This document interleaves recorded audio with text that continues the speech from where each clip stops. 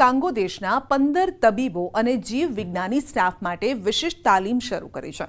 આ કાર્યક્રમ 3 મહિના સુધી ચાલશે, જેમાં પ્રાણી સંભાળ, પોષણ, સારવાર અને સુરક્ષિત વ્યવસ્થાપન વિશે શીખવાડવામાં આવશે।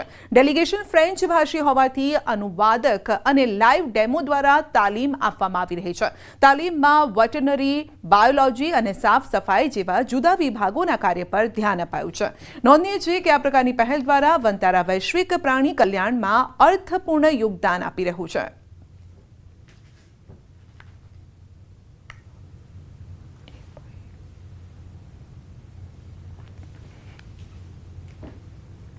તો વનતારાએ કાંગો દેશના 15 તબીબો અને જીવ વિજ્ઞાની સ્ટાફ માટે વિશેષ તાલીમ શરૂ કરી છે।